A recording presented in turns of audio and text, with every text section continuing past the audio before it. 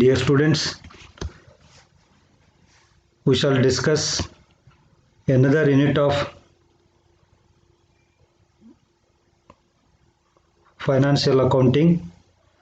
corporate accounting, that is valuation of goodwill. So far we have studied profit prior to incorporation unit,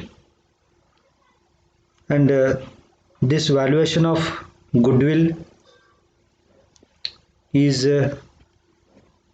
an important unit, and you may be knowing about the meaning of goodwill, and that you have studied in the at PU level, that is at the time of admission of the partner, retirement of partner, death of partner. There you have studied the goodwill and the creation of goodwill and accounting of goodwill. So here we have to study the valuation of goodwill. ವಿದ್ಯಾರ್ಥಿಗಳೇ, ಈಗಾಗಲೇ ನಾವು profit prior to incorporation ಯೂನಿಟನ್ನು study ಮಾಡಿದ್ದೀವಿ. ಈಗ ಮತ್ತೊಂದು important unit corporate ಅಕೌಂಟಿಂಗ್ನಲ್ಲಿ, ಅದು valuation of goodwill ಅಂಥೇಳಿ. ಸೊ ಗುಡ್ವಿಲ್ ಬಗ್ಗೆ ನೀವು PUCನಲ್ಲಿ ಓದಿದ್ದೀರಿ. ಗುಡ್ವಿಲ್ ಅಂದರೆ ಅದರ ಅರ್ಥ ಮತ್ತು ಅದರ journal entry, accounting, admission of ಪಾರ್ಟ್ನರ್ನಲ್ಲಿ, ರಿಟೈರ್ಮೆಂಟ್ ಆಫ್ ಪಾರ್ಟ್ನರ್ಸ್ನಲ್ಲಿ, ಡೆತ್ ಆಫ್ ಪಾರ್ಟ್ನರ್ನಲ್ಲಿ ಗುಡ್ವಿಲ್ ಟ್ರಾನ್ಸಾಕ್ಷನ್ಸನ್ನು ನಾವು ನೋಡಿದ್ದೇವೆ. ಸೊ ಈಗ ಇಲ್ಲೇ ವಿವರವಾಗಿ ಗುಡ್ವಿಲ್ಲನ್ನು ಹೇಗೆ ವ್ಯಾಲ್ಯೂ ಮಾಡ್ತಾರೆ ಅಂತಕ್ಕಂಥದ್ದನ್ನು ನೋಡೋಣಂತೆ. So goodwill is an intangible asset which is not visible but can be purchased and traded.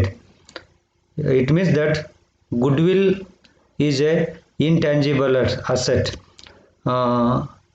Intangible in the sense that it cannot be seen or it cannot be touched like other assets, furniture, plant, machinery. Those assets we can see and also we can touch them, whereas goodwill we cannot see it and also we cannot touch it. So but it can be purchased and also traded. So such a this is the nature of goodwill. So let us see the meaning of goodwill. It is the value of good name and fame or reputation attached to the business and enables the businessman to earn a super profit. It is the outcome of an good impression created about a business in the minds of each customer. ಗುಡ್ವಿಲ್ಲು ಇದು intangible asset ಅಂತ ಕರಿತೀವಿ. Intangible asset ಅಂತಂದ್ರೆ ಅಗೋಚರವಾಗಿರ್ತಕ್ಕಂಥದ್ದು, ಕಣ್ಣಿಗೆ ಕಾಣದೇ ಇರ್ತಕ್ಕಂಥದ್ದು. ಈ goodwill ಇದು asset ಕರೆ, ಆದರೆ ಇದನ್ನು ನಮಗೆ ನೋಡಲಿಕ್ಕೆ ಆಗೋದಿಲ್ಲ, ಇದನ್ನು ಟಚ್ ಮಾಡಲಿಕ್ಕೆ ಆಗೋದಿಲ್ಲ. ಈ ಬೇರೆ ಫಿಕ್ಸ್ಡ್ ಅಸೆಟ್ಸ್ ಇದಾವಲ್ಲ, ಮಷಿನರಿ ಆಗ್ಬೋದು, ಪ್ಲ್ಯಾಂಟ್ ಆಗಿರ್ಬೋದು, ಬಿಲ್ಡಿಂಗ್ ಆಗಿರ್ಬೋದು, ಫರ್ನಿಚರ್ ಆಗಿರ್ಬೋದು, ಇವನ್ನೆಲ್ಲ ನಾವು ನೋಡ್ತೀವಿ, ಅಷ್ಟೇ ಅಲ್ಲ ಅವುಗಳನ್ನು ಮುಟ್ಬೋದು. ಆದರೆ ಗುಡ್ವಿಲ್ಲು ಇದು ಅಸೆಟ್ ಆಗಿದ್ದನ್ನು ಸಹಿತ ಅಗೋಚರವಾಗಿರ್ತಕ್ಕಂಥ ಅಸೆಟ್ಟು, ಕಣ್ಣಿಗೆ ಕಾಣದೇ ಇರ್ತಕ್ಕಂಥದ್ದು. ಬಟ್ ಇದರಲ್ಲಿ ವ್ಯವಹಾರ ಮಾಡ್ಬೋದು, ಇದನ್ನು ಖರೀದಿ ಮಾಡ್ಬೋದು. ಸೊ ಇದು ಗುಡ್ವಿಲ್ಲಿನ ಸ್ವಭಾವ ಅಥವಾ ಲಕ್ಷಣ ಅಂತೇಳಿ ಹೇಳ್ಬೋದು. ಹಾಗಾದರೆ ಗುಡ್ವಿಲ್ಲಿನ ಅರ್ಥ ಏನು ಅಂತಂದರೆ, ವ್ಯವಹಾರಕ್ಕೆ ಸಂಬಂಧಪಟ್ಟಂಥ ಅಥವಾ ವ್ಯವಹಾರಕ್ಕೆ ಇರ್ತಕ್ಕಂಥ ಪ್ರಸಿದ್ಧಿ ಅಥವಾ ಒಳ್ಳೆಯ ಹೆಸರು ಅಥವಾ ಕೀರ್ತಿ, ಆ ಕೀರ್ತಿಯ ಮೌಲ್ಯಕ್ಕೆ, ಪ್ರಸಿದ್ಧಿಯ ಮೌಲ್ಯಕ್ಕೆ ನಾವು ಗುಡ್ವಿಲ್ ಅಂತೇಳಿ ಕರಿತೀವಿ. ಸೊ ಗುಡ್ವಿಲ್ ಕನ್ನಡದಲ್ಲಿ ಕೀರ್ತಿ ಅಂತ ಕರೀತಾರೆ, ಕೀರ್ತಿಯ ಮೌಲ್ಯ ಅಂತ ಕರೀತಾರೆ. ಸೊ ಹಾಗಾದರೆ ಯಾವುದೇ ಬಿಸ್ನೆಸ್ಗೆ ಯಾವ ಬಿಸ್ನೆಸ್ಸಿನ ಕೀರ್ತಿ ದೊಡ್ಡ ಪ್ರಮಾಣದಲ್ಲಿರ್ತೈತೋ ಅಥವಾ ಎಲ್ಲ ಕಡೆ ಹರಡಿರ್ತೈತೋ, ಯಾವ ಬಿಸ್ನೆಸ್ಸಿಗೆ ಹೆಸರು ಅಥವಾ ಪ್ರಸಿದ್ಧಿ ಇರ್ತೈತೋ, ಆ ಬಿಸ್ನೆಸ್ಸು ಅಥವಾ ಆ ಬಿಸ್ನೆಸ್ಮನ್ನು ಬೇರೆಯವ್ರಿಗಿಂತ ಹೆಚ್ಚಿನ ಲಾಭವನ್ನು ಮಾಡ್ತಿರ್ತಾರೆ. ಸೊ ಅದೇ ಹೇಳ್ತಿರಲ್ಲ, it enables the businessman to earn super profit.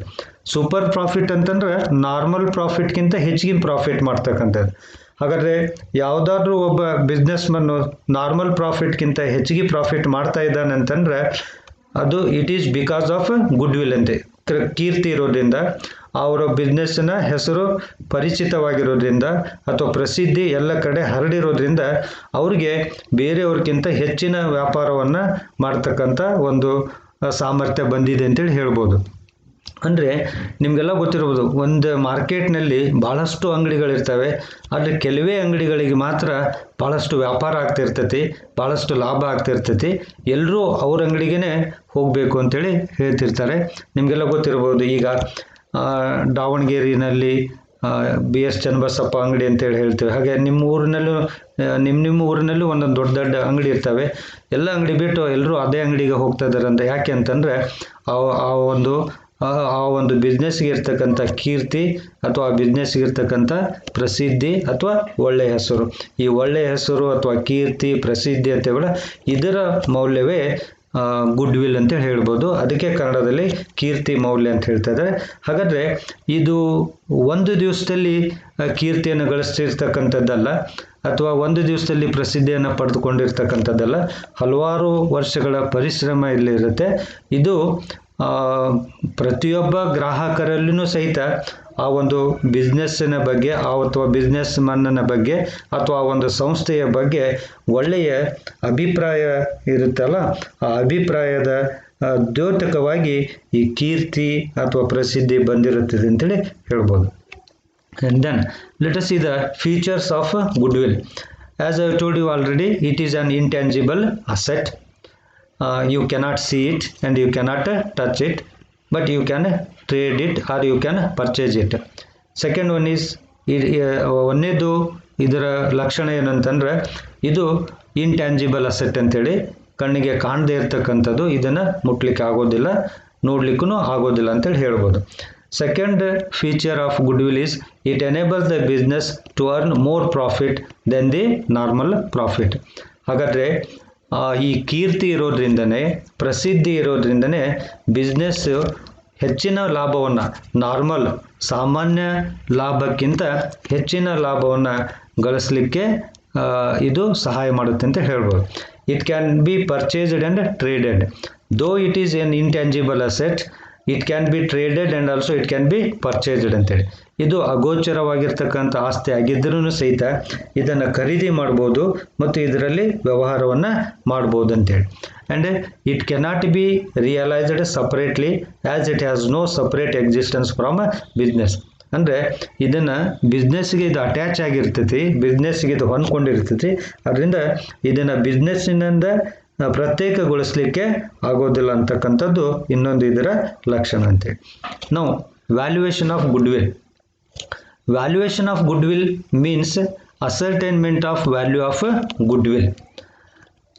It means that how goodwill is to be valued, and then the ascertainment of value of goodwill itself is the valuation of goodwill.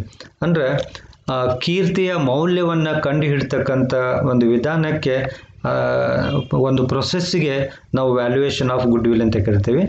Then need for valuation of goodwill. ಹಾಗಾದರೆ ಈ ಗುಡ್ವಿಲ್ಲನ್ನು value ಮಾಡ್ತಕ್ಕಂಥ ಅವಶ್ಯಕತೆ ಯಾಕೆ ಬರುತ್ತೆ, ಅಥವಾ ಯಾಕಾಗಿ ನಾವು ಈ ಗುಡ್ವಿಲ್ಲನ್ನು ವ್ಯಾಲ್ಯೂ ಮಾಡ್ತೀವಿ ಅಂತೇಳಿ. First one is sale of sole trading concern. Second one is admission, retirement of partner. Third one is amalgamation, conversion of partnership firm, and amalgamation and sale of companies. In these cases, there is a need for the valuation of goodwill. If you are selling the sole trading concern, or in case of admission of partner or retirement of partner, or if you are admitting a partner, or if some partner retires from your partnership firm, then there is a need for valuation of goodwill. And also if you want to convert the partnership firm into joint stock company, or if you are amalgamating two or more partnership firm, then also there is a need for valuation of goodwill.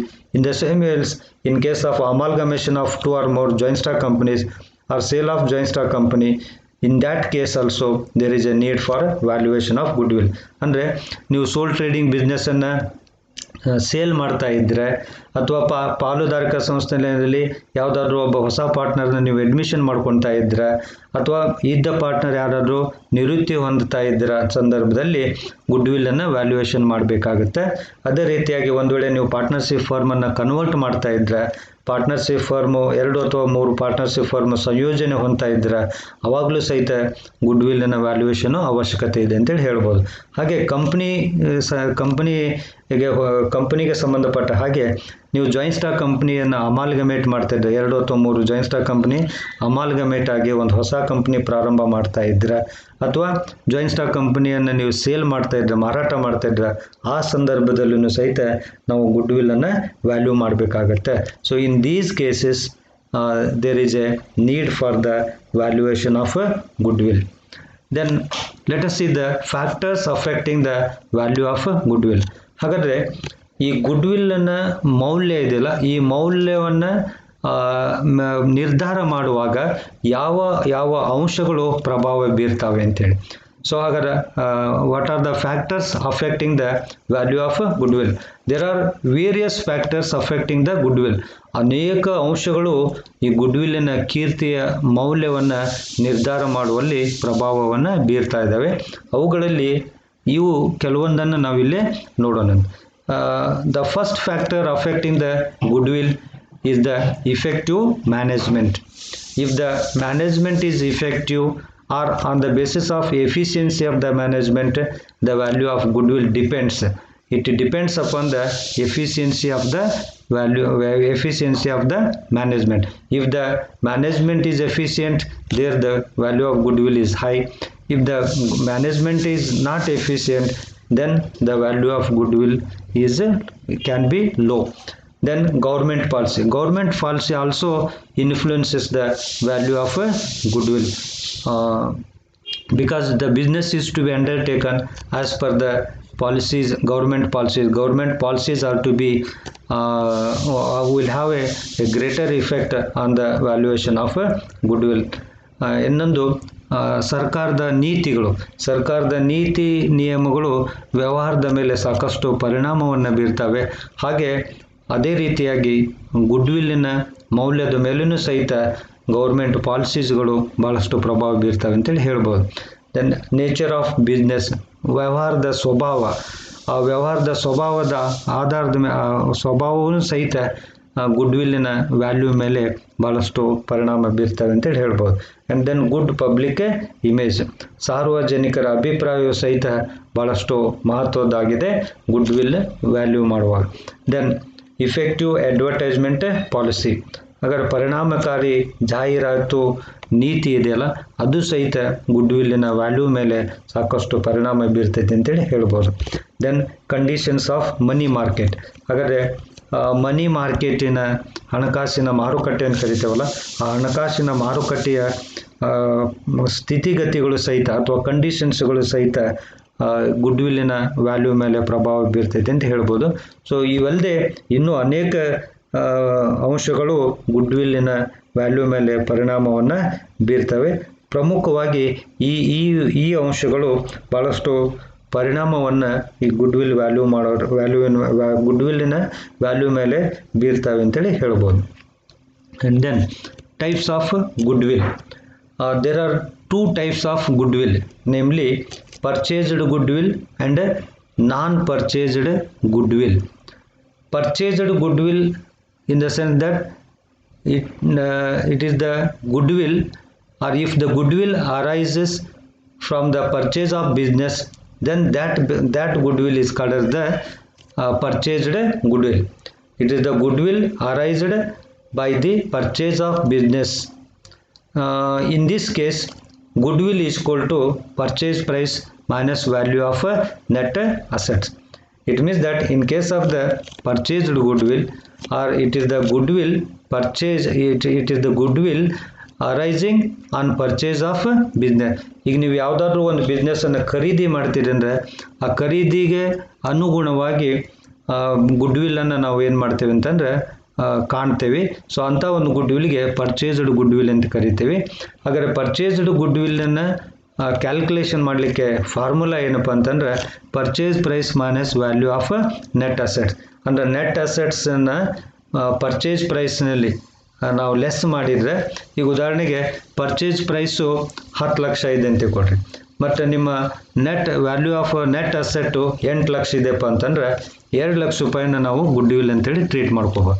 So purchase price minus value of net assets is ಕೊಡು the value of good will or goodwill which is treated as the purchased goodwill. Then non-purchased or self-generated goodwill. So it is not purchased but inherent or internally generated over the years in the business. The valuation of self-generated goodwill depends on subjective judgment of the valuer. ಹಾಗಾದರೆ ನಾನ್ purchased ಅಥವಾ self generated goodwill ಅಂತೇಳಿ ಇನ್ನೊಂದು ಪ್ರಕಾರ. ಇದು ಹೆಸರೇ ಹೇಳುವಾಗ ಇದನ್ನು ಖರೀದಿ ಮಾಡಿರ್ತಕ್ಕಂಥದ್ದಲ್ಲ, ಇದು ಸ್ವಾಭಾವಿಕವಾಗಿ ಬಿಸ್ನೆಸ್ನಲ್ಲಿ ಹುಟ್ಟುಕೊಂಡಿರ್ತಕ್ಕಂಥದ್ದು. ಅದಕ್ಕೆ ಹೇಳ್ತಿರಲ್ಲ, it is inherent or internally generated over the years. ಆಂತರಿಕವಾಗಿ ಸೃಷ್ಟಿ ಮಾಡಿರ್ತಕ್ಕಂಥ ಒಂದು ಗುಡ್ ವಿಲ್ಗೆ ನಾವು ನಾನ್ ಪರ್ಚೇಸ್ಡ್ ಅಥವಾ ಸೆಲ್ಫ್ ಜನರೇಟೆಡ್ ಗುಡ್ ವಿಲ್ ಅಂತೇಳಿ ಕರಿತೇವೆ. ಸೊ ಈ ರೀತಿಯಾಗಿ 2 ಟೈಪ್ ಗುಡ್ ವಿಲ್ಲು, ಒಂದು ಪರ್ಚೇಸ್ಡ್ ಗುಡ್ ವಿಲ್ಲು, ಇನ್ನೊಂದು ನಾನ್ ಪರ್ಚೇಸ್ಡ್ ಗುಡ್ ವಿಲ್ಲು. ನಿಮಗೆ ಕೇಳ್ಬೋದು what is purchased goodwill ಅಂತ ಕೇಳ್ಬೋದು, what is self generated goodwill ಅಂತ ಕೇಳ್ಬೋದು, ಅಥವಾ what are the types of good will ಅಂತೇಳಿ ಕೇಳ್ಬೋದು. ಆವಾಗ ನೀವು ಇದನ್ನು ಆನ್ಸರ್ ಬರೀಬೇಕು. Then the most important aspect in the valuation of goodwill unit is the methods of valuation of goodwill. We have studied the meaning of goodwill and also features of goodwill and the factors affecting the value of goodwill and also types of goodwill. Now we shall discuss the methods of valuation of goodwill. There are 3 methods, main methods of valuation of goodwill, namely average profit method, and then capitalization of average profit method, and the third one is the super profit method. So average profit method, and then capitalization of average profit method, and super profit method. These are the 3 basic methods, main methods of the valuation of goodwill. And in the average profit method, again we can see 2 types. In the average profit method, simple average profit method is there, and also weighted average profit method. Simple average profit method and weighted average profit method are the methods based on the average profit. And the second method is that capitalization of average profit method. So when you are capitalizing the average profit, then you will get the value of goodwill, and that method is the capitalization of average profit method. And third method is the super profit method. Again, under super profit method we can find purchase of super profit method, and capitalization of super profit method, and annuity method of super profit. So these are the super profit methods. In this way, namely simple average method, weighted average method, and capitalization of average profit, purchase of super profit method, and capitalization of super profit method, and also annuity method of super profit. These are the various methods of valuation of goodwill. ಹಾಗಾದರೆ methods of valuation of ಗುಡ್ವಿಲ್ನಲ್ಲಿ 3 ಪ್ರಕಾರಗಳು ಪ್ರಮುಖವಾಗಿ: average profit method ಅಂತೇಳಿ, capitalisation of average profit method ಅಂತೇಳಿ, ಮೂರನೇದು super profit method ಅಂತೇಳಿ. ಮತ್ತು ಇವುಗಳನ್ನು ನಾವೇನು ಮಾಡ್ಬೋದು ಅಂತಂದರೆ, ಎವರೇಜ್ ಪ್ರಾಫಿಟ್ನಲ್ಲೇ 2 ಮೆಥಡು, ಒಂದು ಸಿಂಪಲ್ ಎವರೇಜ್ ಮೆಥಡು, ಇನ್ನೊಂದು ವೇಟೆಡ್ ಎವರೇಜ್ ಮೆಥಡ್ ಅಂತೇಳಿ. ಆನಂತರ capitalisation of super profit method ಅಂತೇಳಿ ಒಂದೇ ಇದು. ನೆಕ್ಸ್ಟು ಸೂಪರ್ ಪ್ರಾಫಿಟ್ ಮೆಥಡ್ ಅಂತೇಳಿ. ಈ ಸೂಪರ್ ಪ್ರಾಫಿಟ್ನಲ್ಲಿ ಮತ್ತೆ ನಾವು 3 ಪ್ರಕಾರಗಳನ್ನು ನೋಡ್ಬೋದು. ಒಂದು purchase of super profit method, ಇನ್ನೊಂದು capitalisation of super profit method, next annuity method of super profit. ಇವುಗಳನ್ನು ಮತ್ತೆ ನಾವು ಸಪ್ರೇಟಾಗಿ ಸ್ಟಡಿ ಮಾಡೋಣಂತ. ಅಷ್ಟೇ ಅಲ್ಲ, ಮತ್ತು ಇವು ಏನಾಗ್ತವೆ ಅಂತಂದರೆ ಸಪ್ರೇಟಾಗಿ ಒಂದೊಂದೇ ಇದ್ರ ಮೇಲೆ ಪ್ರಾಬ್ಲಮ್ಸ್ ಸಹಿತ ಇದ್ದಾವೆ. ಸೊ ಈಗ ನಾವು ಇದರಲ್ಲಿ ಎವರೇಜ್ ಪ್ರಾಫಿಟ್ ಮೆಥಡ್ನಲ್ಲಿ ಸಿಂಪಲ್ ಎವರೇಜ್ ಪ್ರಾಫಿಟ್ ಮೆಥಡ್ ಅಂದರೆ ಏನು ಅಂತೇಳಿ ನೋಡೋಣ. ಸೊ ಎವರೇಜ್ ಪ್ರಾಫಿಟ್ ಅಂದರೆ ನಿಮಗೆಲ್ಲ ಗೊತ್ತಿದೆ, ಹಲವಾರು ವರ್ಷಗಳ ಪ್ರಾಫಿಟನ್ನು ಕೂಡಿಸಿ ನಂಬರ್ ಆಫ್ ಇಯರ್ಸ್ದಿಂದ ಡಿವೈಡ್ ಮಾಡಿದರೆ ನಮಗೆ ಎವರೇಜ್ ಪ್ರಾಫಿಟ್ ಬರುತ್ತೆ. ಅಂಥ ಒಂದು ಎವರೇಜ್ ಪ್ರಾಫಿಟನ್ನು ನಾವು ತೆಗೆದುಕೊಂಡು ಗುಡ್ ವಿಲ್ಲನ್ನು ವ್ಯಾಲ್ಯೂ ಮಾಡಬೇಕು. ಅಂದರೆ simple average profit method, under this method good will is the value of purchase of certain number of years average profit. Value of goodwill is equal to formula average profit into number of years purchase, and then in order to apply this formula, that is value of goodwill is equal to average profit into number of years purchase. Number of years purchase ನಮ್ಗೆ ಕೊಟ್ಟಿರ್ತಾರೆ, but average profit ಕೊಟ್ಟಿರೋದಿಲ್ಲ. ಹಾಗಾದರೆ simple average profit ಮೆಥಡ್ನಲ್ಲಿ average ಪ್ರಾಫಿಟನ್ನು number of years purchase ಅಂತ ಕೊಟ್ಟಿರ್ತಾರೆ, ಅದರಿಂದ multiply ಮಾಡಿದರೆ ನಮಗೆ ಗುಡ್ ವಿಲ್ ವ್ಯಾಲ್ಯೂ ಬರ್ತೈತಿ ಸಿಂಪಲ್ ಎವರೇಜ್ ಮೆಥಡ್ನಲ್ಲಿ. ಹಾಗಾದ್ರೆ ಸಿಂಪಲ್ ಎವರೇಜ್ ಮೆಥಡ್ನಲ್ಲಿ good will is equal to average profit into number of years purchase. ಈ ನಂಬರ್ ಆಫ್ ಇಯರ್ಸ್ ಪರ್ಚೇಸನ್ನು ಪ್ರಾಬ್ಲಮ್ನಲ್ಲಿ ಕೊಟ್ಟಿರ್ತಾರೆ, ಬಟ್ ಏನು ಕೊಟ್ಟಿರೋದಿಲ್ಲ ಅಂದರೆ ಎವರೇಜ್ ಪ್ರಾಫಿಟನ್ನು ಕೊಟ್ಟಿರೋದಿಲ್ಲ. ಹಾಗಾದ್ರೆ ಎವರೇಜ್ ಪ್ರಾಫಿಟ್ ಕೊಟ್ಟಿಲ್ಲಪ್ಪ ಅಂತಂದರೆ ನಾವು ಎವರೇಜ್ ಪ್ರಾಫಿಟನ್ನು ಕಂಡು ಹಿಡ್ಕೊಳ್ಬೇಕು. ಪ್ರತಿಶತ ಲಾಭ ಅಂತೇಳಿ, ಪ್ರತಿಶತ ಲಾಭ ಅಂತಂದ್ರೆ ಹಲವಾರು ವರ್ಷಗಳ ಲಾಭವನ್ನು ಕೊಟ್ಟಿರ್ತಾರೆ, ಅವನ್ನೆಲ್ಲ ಕೂಡಿಸ್ಕೊಂಡ್ಬಿಟ್ಟು ಎಷ್ಟು ವರ್ಷದ ಪ್ರಾಫಿಟ್ ಇದಾವೆ ಅಷ್ಟರಿಂದ ನಂಬರ್ದಿಂದ ಡಿವೈಡ್ ಮಾಡಿ ನಮಗೆ ಎವರೇಜ್ ಪ್ರಾಫಿಟ್ ಬರ್ತದೆ. ಹಾಗಾದರೆ ನೀವು ಈ ಫಾರ್ಮುಲಾ ಅಪ್ಲೈ ಮಾಡಬೇಕಂತಂದ್ರೆ value of good will is equal to average profit into number of years purchase ನೀವು ಫಾರ್ಮುಲಾ ಅಪ್ಲೈ ಮಾಡಬೇಕು ಅಂತಂದ್ರೆ ಫಸ್ಟ್ ನಾವು ಏನು ಮಾಡಬೇಕಂದ್ರೆ ಎವರೇಜ್ ಪ್ರಾಫಿಟ್ ಕೊಟ್ಟಿದ್ದಾರಲ್ಲ ಅಂತ ನೋಡಬೇಕು, ಕೊಟ್ಟಿಲ್ಲ ಅಂದರೆ ಎವರೇಜ್ ಪ್ರಾಫಿಟನ್ನು ಕಂಡು ಹಿಡ್ಕೊಳ್ಬೇಕು. ಹಾಗಾದ್ರೆ ಎವರೇಜ್ ಪ್ರಾಫಿಟ್ ಅಂತಂದರೆ total profit for the given years, total profit for the given years ಅಂದರೆ ಈಗ 5 ವರ್ಷದ ಪ್ರಾಫಿಟ್ ಕೊಟ್ಟಿದ್ರೆ ಅಂತ ಕೊಟ್ಟರು ಪ್ರಾಬ್ಲಮ್ನೊಳಗೆ, 5 ವರ್ಷದ್ದು ಪ್ರಾಫಿಟ್ ಕೂಡಿಸಿದ್ರೆ ನಮಗೆ total profit for the year ಬರ್ತೈತಿ, ಫಾರ್ ದ ಗಿವನ್ ಇಯರ್ ಬರ್ತೈತಿ. ಹಾಗಾದರೆ total profit for the given ಇಯರ್ಸನ್ನು ಏನು ಮಾಡ್ಕೋಬೇಕಂದ್ರೆ ನಂಬರ್ ಆಫ್ ಇಯರ್ಸ್ನಿಂದ ಡಿವೈಡ್ ಮಾಡ್ಕೋಬೇಕು. ಈಗ ನಾನು ಉದಾಹರಣೆ ಹೇಳಿದ್ನಲ್ಲ, 5 ವರ್ಷದ ಪ್ರಾಫಿಟ್ ಕೊಟ್ಟಿರ್ತಾರೆ ಅಂತ ಹೇಳಿದೆ. ಹಾಗಾದ್ರೆ 5 ವರ್ಷದ ಪ್ರಾಫಿಟನ್ನು ಕೂಡಿಸ್ಕೊಂಡ್ರೆ total profit for the given year ಬರ್ತೈತಿ. ಹಾಗಾದ್ರೆ ಡಿವೈಡೆಡ್ ಬೈ ಎಷ್ಟು ವರ್ಷದ ಪ್ರಾಫಿಟು, 5 ವರ್ಷದ ಪ್ರಾಫಿಟು, 5 ವರ್ಷದಿಂದ ಡಿವೈಡ್ ಮಾಡಬೇಕು. ಮಾಡಿದರೆ ನಮ್ಗೇನು ಬರ್ತೈತಿ, ಎವರೇಜ್ ಪ್ರಾಫಿಟ್ ಬರ್ತೈತಿ. ಹಾಗಾದ್ರೆ ಫಸ್ಟು ನಾವು ಎವರೇಜ್ ಪ್ರಾಫಿಟನ್ನು ಕ್ಯಾಲ್ಕುಲೇಷನ್ ಮಾಡಿದ ಮೇಲೆ ಈ ಫಾರ್ಮುಲಾ ಅಪ್ಲೈ ಮಾಡಬೇಕು. Value of good will is equal to average profit into number of years purchase. ಹಾಗಾದ್ರೆ ನಂಬರ್ ಆಫ್ ಇಯರ್ಸ್ ಪರ್ಚೇಸ್ ನಮ್ಗೆ ಕೊಟ್ಟಿರ್ತಾರೆ ಪ್ರಾಬ್ಲಮ್ನಲ್ಲಿ, ಎವರೇಜ್ ಪ್ರಾಫಿಟ್ ಕೊಟ್ಟಿರೋದಿಲ್ಲ. ಎವರೇಜ್ ಪ್ರಾಫಿಟ್ ಫಸ್ಟ್ ಕಂಡು ಹಿಡ್ಕೊಳ್ಬೇಕು, ಆ ನಂತರ ನಾವು ಈ ಫಾರ್ಮುಲಾ ಅಪ್ಲೈ ಮಾಡಿ ವ್ಯಾಲ್ಯೂ ಆಫ್ ಗುಡ್ ವಿಲ್ಲನ್ನು ಕಂಡು ಹಿಡ್ಕೊಳ್ಬೇಕು. ಇದು ಸಿಂಪಲ್ ಎವರೇಜ್ ಪ್ರಾಫಿಟ್ ಮೆಥಡ್. ಹಾಗಾದರೆ ಒಂದು ಪ್ರಾಬ್ಲಮನ್ನು ನೋಡೋಣ ಸಿಂಪಲ್ ಎವರೇಜ್ ಪ್ರಾಫಿಟ್ ಮೇಲೆ. So here is a profit. The profits of Sky company for the past 5 years are 2015 rupees 30,000, 16 rupees 10,000, 17 rupees 25,000, 18 rupees 37,500, 19 rupees 47,500. So it is agreed that the value of goodwill is the purchase of the 3 years profit of the average profit of the last 5 years under the simple average profit method. Find out the value of goodwill under simple average profit method. ಅಂದರೆ ಇಲ್ಲಿ ನೋಡಿ 5 ವರ್ಷದ profit ಕೊಟ್ಟಿದ್ದಾರೆ, 15ರಿಂದ 19ರವರೆಗೂ profit ಎಷ್ಟು ಅಂತ ಕೊಟ್ಟಿದ್ದಾರೆ. ಮತ್ತು ಅವ್ರು ಏನು ಹೇಳ್ತಾರೆ ಅಂದರೆ ಗುಡ್ವಿಲ್ಲನ್ನು ಹೆಂಗೆ ವ್ಯಾಲ್ಯೂ ಮಾಡ್ಬೇಕಂತಂದ್ರೆ purchase of 3 years average profit ಅಂತಾರೆ. This is very important. Purchase of how many years ಅನ್ನೋದನ್ನು ನೀವು ಅಂಡರ್ಲೈನ್ ಮಾಡ್ಕೊಳ್ಬೇಕು. So purchase of 3 years profit, average profit of the last 5 years. ಈ ಲಾಸ್ಟ್ 5 years ಅನ್ನೋದು ವ್ಯಾಲ್ಯೂ ಆಫ್ ಗುಡ್ವಿಲ್ ಕ್ಯಾಲ್ಕುಲೇಷನ್ ಮಾಡುವಾಗ ತೊಗೋಬೇಡ್ರಿ.